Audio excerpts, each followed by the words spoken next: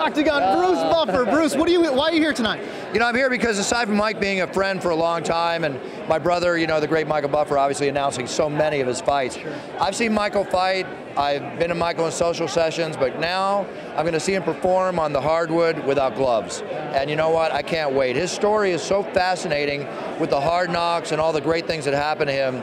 I'm going to be like a kid in a candy store. I'm a big fan. At UFC 157, we finally saw Ronda Rousey get in the ring and put on a fantastic show. I mean, the women's, we thought we'd never see it, and here we are. Well, you know, I actually at one point, about a couple years ago, I would say I really don't want to see women fight in the octagon. And one of the problems that I had at that time was, like, I thought it would be like the curse that happened in boxing. I'm sorry to say to these great women fighters and the women that wanted to be great fighters, there's not a deep enough bench to warrant the millions of dollars of marketing to put behind it. But Ronda came out.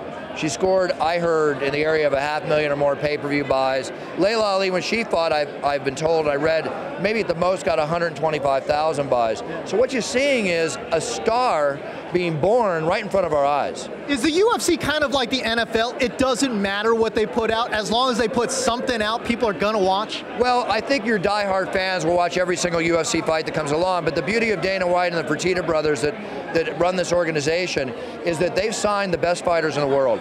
There is, from my roster that I look ahead of time for, there is so many entertaining bouts coming up that if you're a diehard fan or a fan coming into the sport, you're going to see some of the greatest fights you've ever seen before the end of this year. But every time I think I've seen the greatest fight, within 2 months I go, that's the greatest fight I've ever seen. Because last Saturday you had Anderson Silva and Brian Stan. Unbelievable, you know? So, again, I'm a fan first. By the way, how shocked were you by the Wanderlei outcome?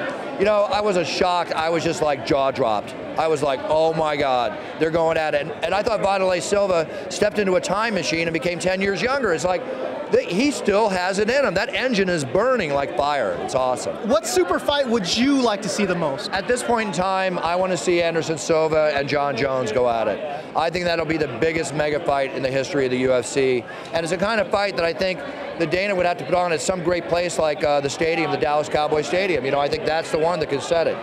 I'm not the powers that be. I don't call the shots. I'm the media mercenary. I just get in there and do my thing. All right, so that's the one fight that you're super excited about. Yeah. It's the one fight everybody seems to want. Right. How would you see that fight playing out? Boy, it'd be exciting. You know, the length that Jon Jones has, the reach he has, the unorthodox style, he's doing things that we've never seen done in the octagon. And I firmly believe that Jon is only about 60% of the fighter we're going to see in a couple years. Scary. Scary. Then you get Anderson Silva, who pound for pound is the greatest fighter in mixed martial arts today. So anybody can win in the octagon at any given moment. When I get asked that question, I'm all about may the best man win, but give me the first 2 minutes of the fight and I can pretty well tell you how it's going to go from there.